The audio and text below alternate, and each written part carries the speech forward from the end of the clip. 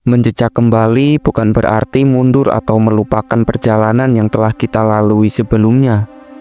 Sebaliknya, ini adalah kesempatan untuk memulai lagi dengan pemahaman yang lebih dalam tentang diri kita sendiri dan juga dunia di sekitar kita. Ini adalah tentang menemukan kembali kekuatan dalam diri, menggapai mimpi yang sempat terlupakan, dan berjalan lagi menuju tujuan dengan langkah yang lebih pasti. Kembali menjejak adalah tentang keberanian untuk memulai dari awal, bahkan jika itu terasa menantang. Dan seperti setiap perjalanan, ini adalah perjalanan yang akan membentuk kita, mengajarkan kita, dan membawa kita ke tempat-tempat yang tak pernah kita bayangkan sebelumnya. Dan inilah saatnya untuk kembali menjejak.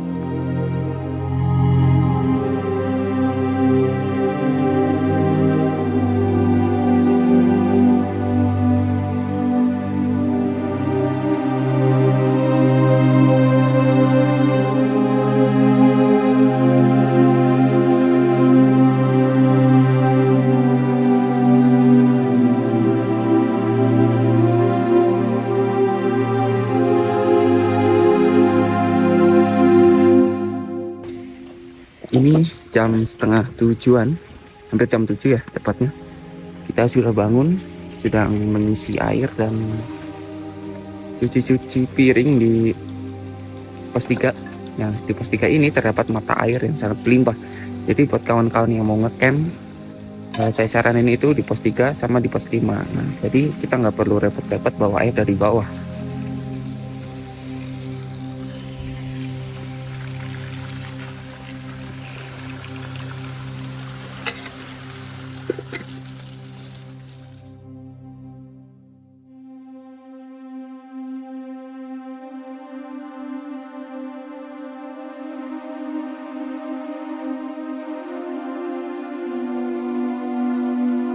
Di pagi hari, tatkala kami terbangun dari tidur, kami bergegas mencuci alat-alat makan. Semalam, hujan tak kunjung reda sampai kami terlelap tidur. Jadi semua peralatan baru sempat kami cuci. Kemudian di jam 7 pagi, kami memasak untuk sarapan sebelum melanjutkan trekking menuju ke Gupakan Menjangan, sembari packing bawaan.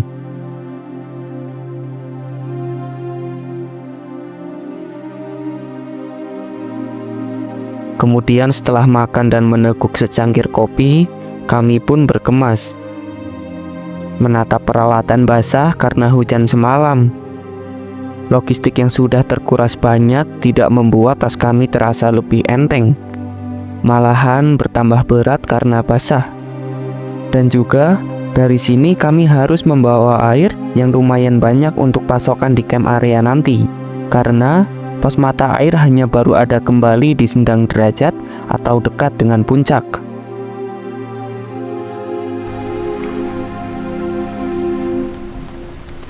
Oke, ini jam 10 kurang 10 menit ya. Kita mau melanjutkan perjalanan menuju ke pos 4.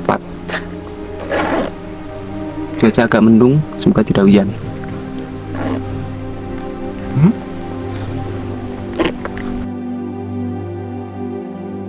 Dari pos 3 menuju ke pos 4, trek langsung menukik tajam.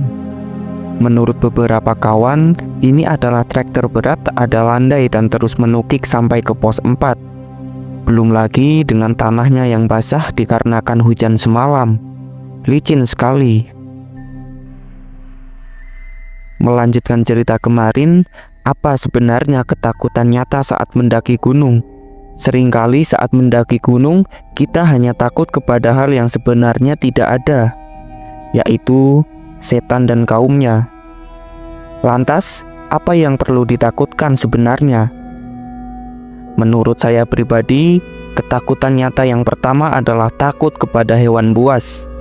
Musabab, mereka tidak tahu kita sedang apa di sini, walaupun sebenarnya kita sedang tidak mengganggu mereka. Kemudian yang paling sering terjadi adalah tersesat. Dibandingkan dengan rasa takut kepada setan, takut tersesat seringkali dilupakan dan dianggap hal sepele. Padahal ini yang paling fatal. Pahamilah peta dan belajarlah navigasi darat. Itu yang paling penting, namun sering dianggap sepele. Lalu, takutlah kepada cuaca. Bukan cuaca cerah, tapi cuaca kabut dan juga badai. Saat kabut, pandangan seringkali hanya berjarak dekat. Ini yang menyebabkan kita kadang melipir dan salah jalur. Pada akhirnya tersesat. Saat badai, seringkali kita melawan dengan terus berjalan. Kemudian, fisik dan mental turun. Saat fisik dan mental turun, yang paling mengerikan adalah hipotermia. Kondisi medis serius ketika suhu tubuh seseorang turun drastis, yang bisa membuat kita menggigil, bahkan beresiko kematian, dan masih banyak lagi pastinya. Trek menuju ke pos 4 terjal banget, licin karena semalam itu habis hujan. Dari pos 3 naik sedikit ke atas, itu langsung tangga-tangga ini sampai atas. Waduh, bikin pundak dan lutut cepat terasa pedas.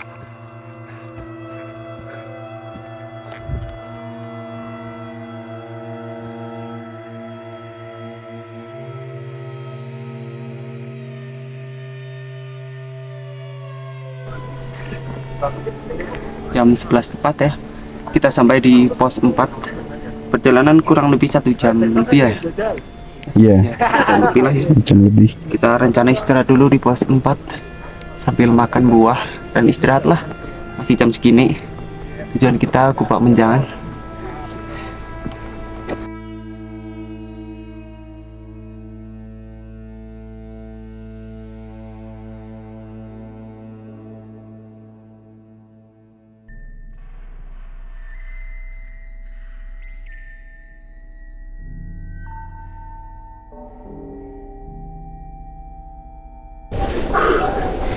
Sampai di pos 4, basah semua cuy. Ini saking panas. Kali ini kita mau makan buah dulu buat menyegarkan badan dan menambah energi. Makan telur kali ya? Boleh? Boleh? Boleh. Siap-siap. Kita udah bawa telur rebus dari bawah.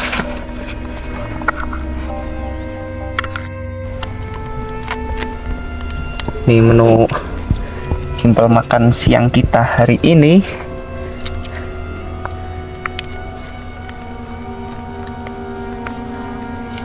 Roti sama sosis. Lumayan lah buat nambah-nambah tenaga buat sampai di Kupak Menjangan kan.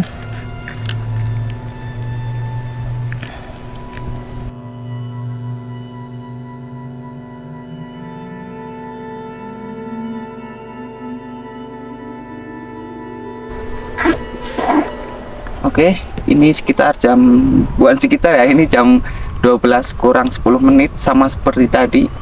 Tadi kita OTW dari bawah itu jam 11 ya, jam 10 kurang 10 menit. Iya. Terus kita istirahat 1 jam di sini. Ini jam 12 lebih 10 menit, kurang 10 menit. Kita mau melanjutkan perjalanan menuju ke pos 5 dulu, baru ke Kupak Menjangan ya.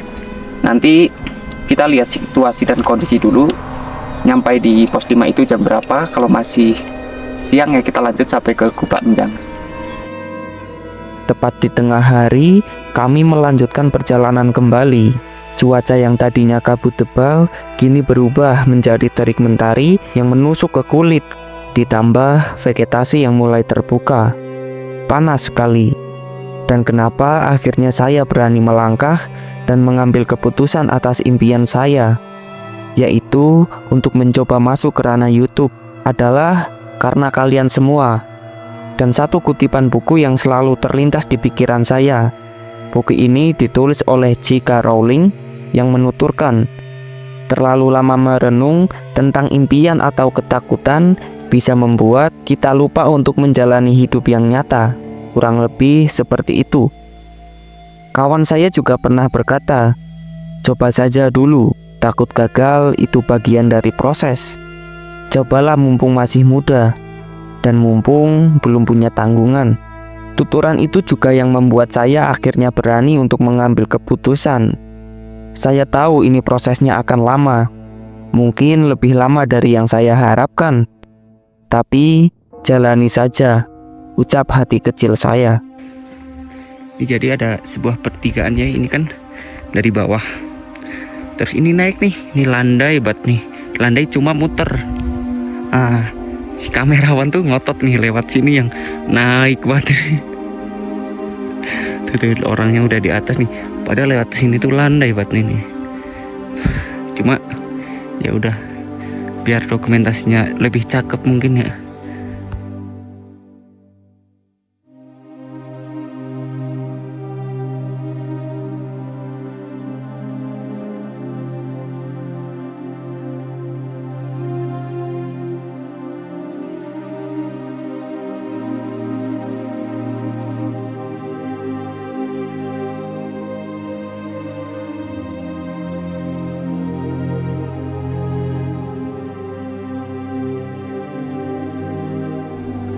Oke kawan-kawan, jadi siang ini kita sudah sampai di Bulak Peperangan. Mungkin kawan-kawan ada yang tahu nama dari atau arti dari Bulak Peperangan ini apa ya? Bisa tulis di kolom komentar. Ketika tiba di sabana pertama, cuaca terik sekali. Pohon yang tadinya menemani di sepanjang trek kini berubah menjadi ilalang. Kemudian kaki melangkah lebih cepat, dan tak butuh waktu lama, akhirnya kita sampai juga di pos 5.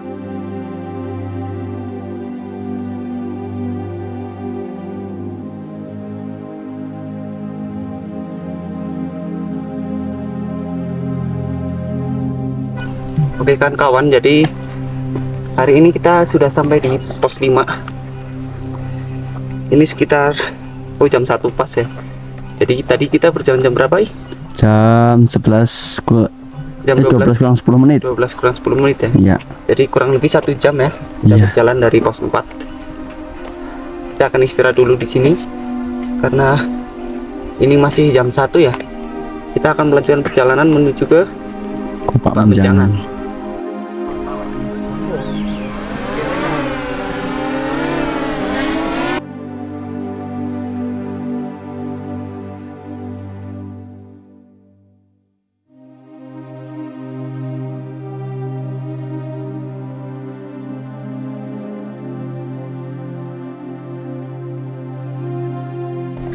Oke kan kawan, jadi ini jam 1:30. Kita mau melanjutkan perjalanan ke Gupak Menjangan ya. Kita habis ngedrone sebentar. Cuaca panas banget ya. Mau pakai payung tapi malu. Lanjut aja kita. Oke.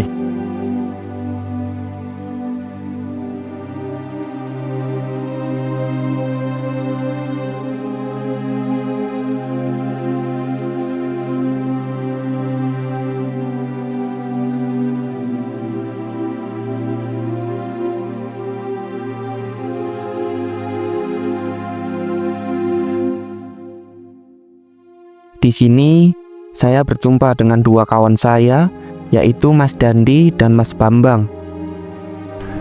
Parah, ditunggu katanya 78. Dapat tiket keretanya tuh 18. Itu masih ada tempat di atas.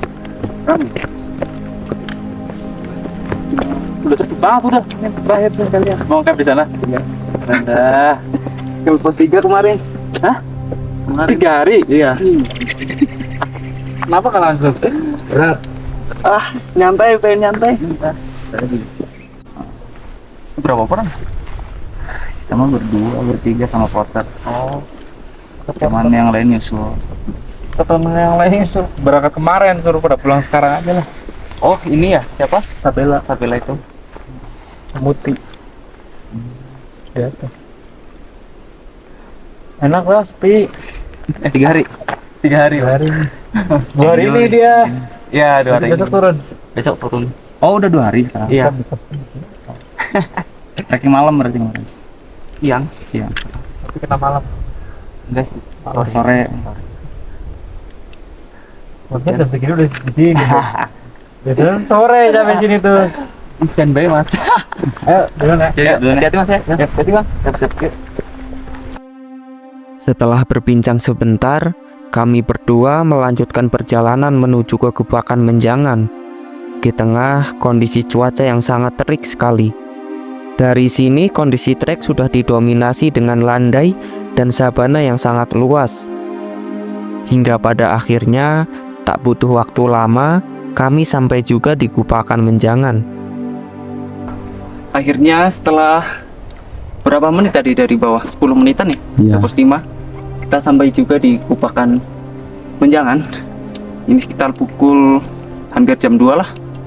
Jadi total perjalanan kita dari pos 3. Jadi kita berangkat jam 10 ya. 10, 11, 12, 1. Ya hampir 3 jam setengah lah. Sekitar segituan. Kita akan mendirikan tenda di sini. Masak-masak, bikin konten juga ya. Besok baru kita summit. Semoga besok diberi cuaca yang cerah. Kondisi sih hari ini sepi ya. Nggak tahu nanti malam mungkin kawan-kawan yang di pos 3 itu naik hari ini juga. Tapi tadi tuh kita naiknya agak pagian. Jadi hari ini masih sepi banget. Oke, kita bikin tenda dulu.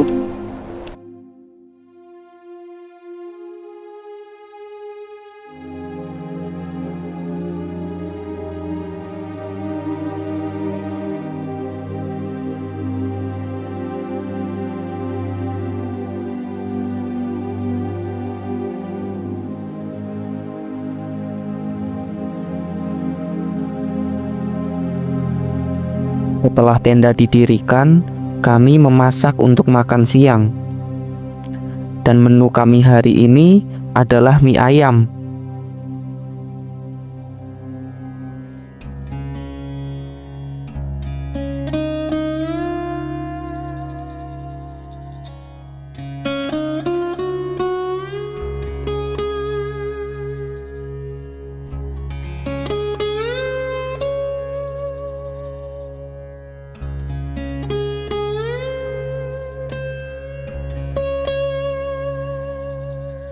Halo kawan-kawan, jadi kali ini kita sedang mengecek sumber mata air atau tepatnya di Gubak Menjangan ya.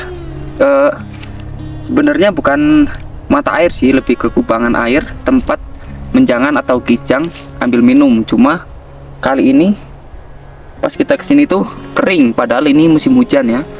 Dulu pas 2023 terakhir saya kesini tuh banyak banget sini, masih banyak air. Tapi nggak tahu ya kenapa ini kering. Untungnya tadi dari pos 3 itu bawa 5 liter air, jadi cukuplah sampai besok.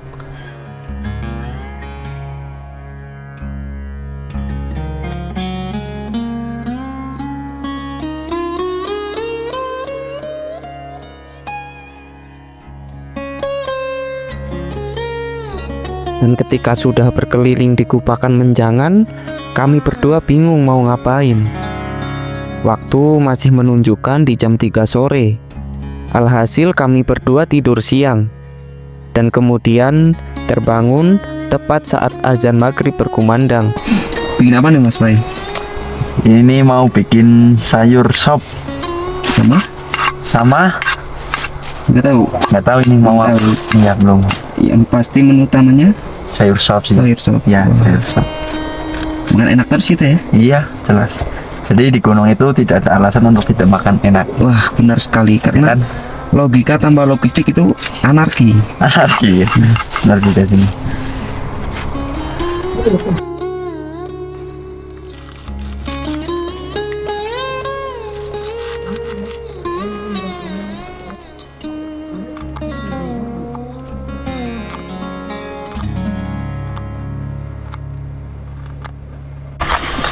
Mau masak apa aja hari ini, malam ini?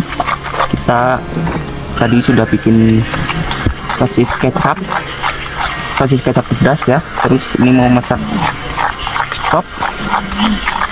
Udah sih menu kita malam ini cuma itu ya. Enak nih kayaknya ya. Enak. Kita pastikan malam ini makan enak. Oke.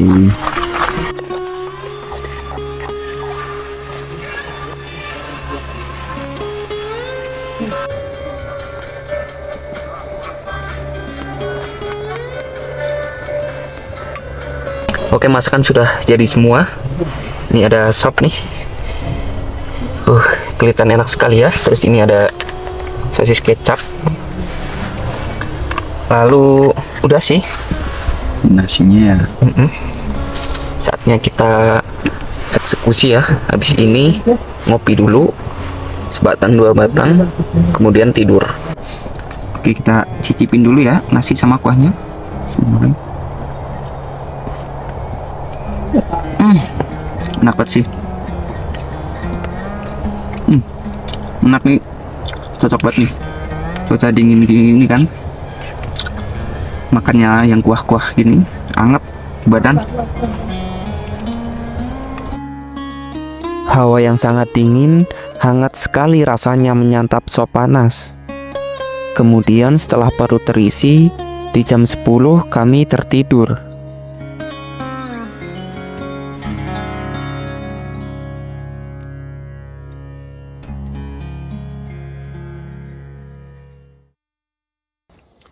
Ini jam setengah 3 ya. Kita baru bangun, persiapan summit dan bikin sarapan dulu sebelum summit.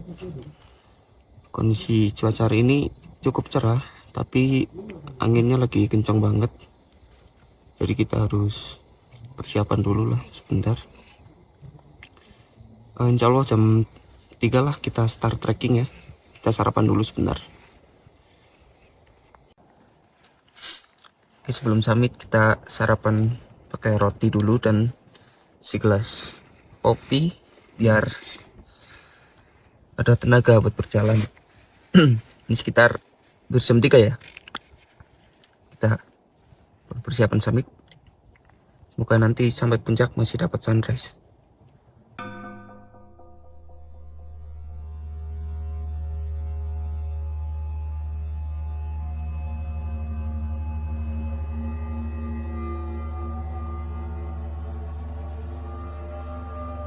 Kawan-kawan, ini jam 3 lebih ya. Kita mau start summit. Cuaca alhamdulillah lumayan cerah ya. Cuma anginnya dari semalam itu kenceng banget. Sebelum melakukan summit, alangkah baiknya kita berdoa menurut agama dan kepercayaan kita. Berdoa dipersilahkan.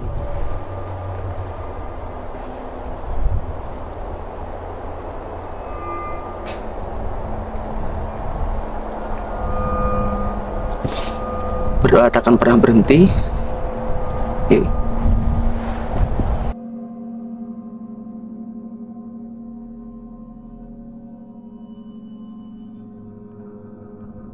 Kemudian di jam setengah 4 kami berjalan menuju puncak.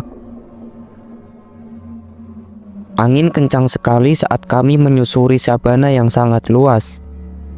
Kemudian berganti menjadi kabut tebal yang membuat jarak pandang terganggu. Tapi kami berdoa agar tidak badai.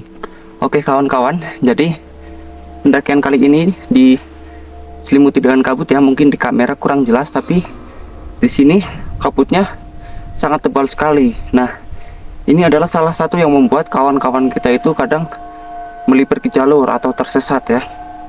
Usahain kalau kabut seperti ini jangan misahlah dari rombongan sebisa mungkin dan ikuti petunjuk yang ada. Jangan sesekali kita melipir ke jalan yang salah, karena kalau sudah melipir ke jalan yang salah, kita bakalan terus ke arah yang salah.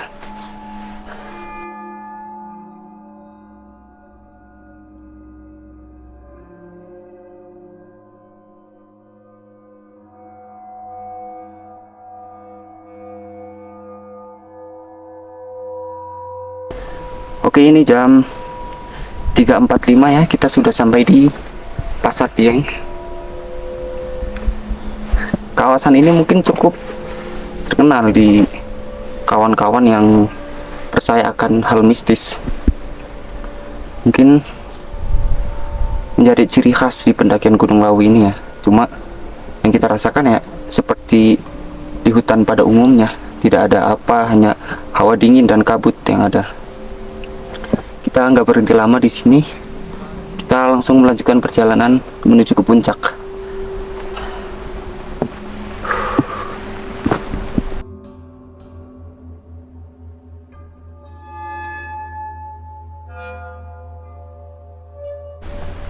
kawan-kawan, jadi seperti ini nih jalur treknya kan. Ini ada banyak banget ya persimpangan atau jalurnya itu terlihat lebar sekali. Kita mungkin saat kabut begini kita bingung mau cari jalan yang mana. Nah, kita itu harus berpatokan dengan yang namanya petunjuk arah ini. Jadi jangan sesekali kita melenceng dari arah ini karena kita bisa tersesat. Oke.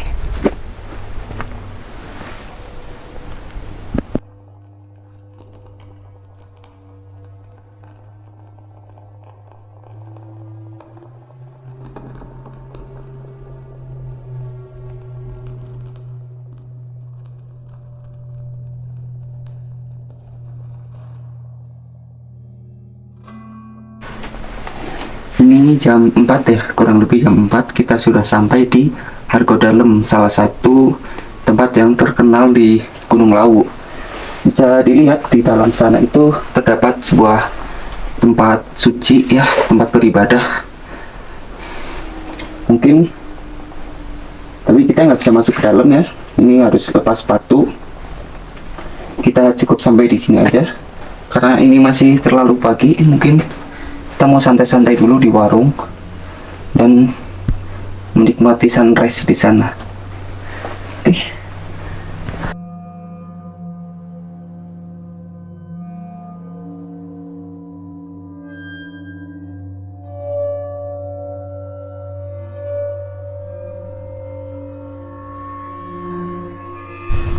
Kali ini kita sedang berada di Hargodalem, tepatnya di warungnya Mbok Yem ya, salah satu warung yang cukup terkenal di Indonesia. Tapi untuk saat ini kayaknya sih Mbok Yem sedang berada di rumah sakit kayaknya ya. Tapi nggak tahu udah balik ke sini atau belum. Kita berdoa aja semoga Mbok Yem diberi kesehatan terus agar para pendaki bisa bertemu dengan Mbok Yem di sini ya. Kayaknya ada ayam di 3000 mdpl. Kita mau ke mana ya namanya, saya lupa. Ambil air.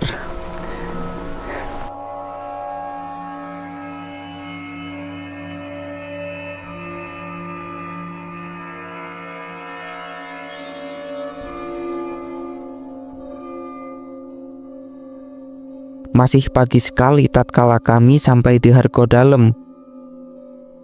Saat video ini diambil, tepat sehabis lebaran, Mbok Yem sedang berada di rumah sakit. Tetapi kini, beliau sudah berpulang ke sisi yang maha kuasa. Jasamu pasti abadi di Lawu. Terima kasih sudah menyambut kami para pendaki yang berkunjung ke sini. Semoga engkau diberi tempat yang baik di sana. Dan karena ini masih terlalu pagi dan warung belum ada yang buka, kami memutuskan untuk ke Sendang Derajat untuk mengambil air. Jaraknya kurang lebih 30 menit dari Hargodalem, ke arah jalur pendakian Cemoro Sewu. Air di Sendang Derajat dipercaya memiliki tuah atau khasiat bagi yang meminumnya, seperti untuk mempermudah mencari rezeki atau membantu mendapatkan keturunan. Tetapi kami tidak percaya itu. Kami mengambil air di sini karena persediaan air kami sudah hampir habis. Tidak ada sangkut pautnya dengan mitos apapun.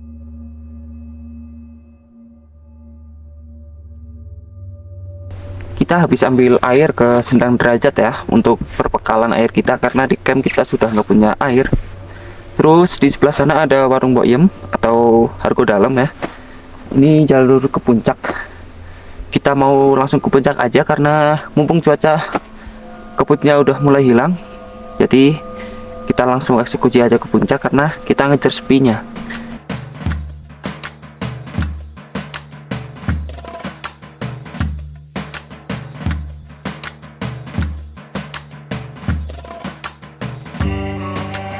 Setelah mengambil persediaan air, kami langsung menuju ke puncak.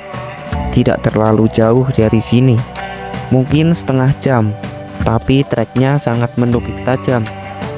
Di bawah langit yang mengembun, kami melangkah, berat namun pasti, melewati bisik-bisik yang tumbuh di antara batu. mitos-mitos tua yang mengakar dalam ketakutan. Katanya di sana ada misteri, katanya puncak hanya ilusi, dan katanya hanya yang gila yang berani melangkah lebih tinggi. Tetapi kami tahu suara-suara itu bukan kebenaran, hanya bayang-bayang yang diwariskan tanpa bertanya. Langkah demi langkah, kami terus mendaki, menembus kabut tipis yang menggigil di sekeliling, menyibak keraguan yang melilit di jemari angin. Ternyata tidak ada yang mengerikan, tiada sosok berbahaya yang menelan ambisi di setiap sudut jalan. Yang ada hanyalah batu, tanah, dan langit terbuka. Dan suara hati kami yang terus berseru, lanjutkan. Hingga pada akhirnya kami sampai juga di puncak ketiga dalam ekspedisi kali ini.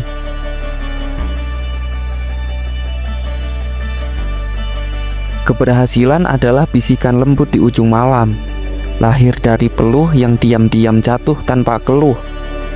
Ia bukan tentang kemenangan yang tiba-tiba, melainkan langkah-langkah kecil yang setia menapak tanah, meski hujan deras, meski angin mendera. Keberhasilan tumbuh dari doa-doa yang tak terdengar, dari kesabaran yang merawat luka, dari keyakinan yang tetap menyala saat dunia gelap. Ia adalah mimpi yang menolak mati, terus bernafas di antara reruntuhan keraguan. Dan ketika akhirnya tiba, keberhasilan tak berteriak, tak mengaum, ia hanya tersenyum dalam diam, menyapa jiwa yang tahu betapa panjang perjalanan itu, betapa dalam harga yang telah dibayar. Karena keberhasilan bukan semata hasil, melainkan perjalanan menjadi lebih kuat, lebih bijak, lebih berani mencintai hidup. Keberhasilan adalah riak kecil di samudera luas, bukan badai yang menghebohkan dunia. Ia lahir secara diam-diam, di saat mata lelah menatap langit, di saat tangan terus merajut harapan tanpa suara. Keberhasilan bukan semata gemilang di ujung jalan, tetapi setiap langkah kecil yang tak pernah disiarkan, setiap luka yang disembunyikan di balik senyum, setiap kegagalan yang dijadikan pelajaran.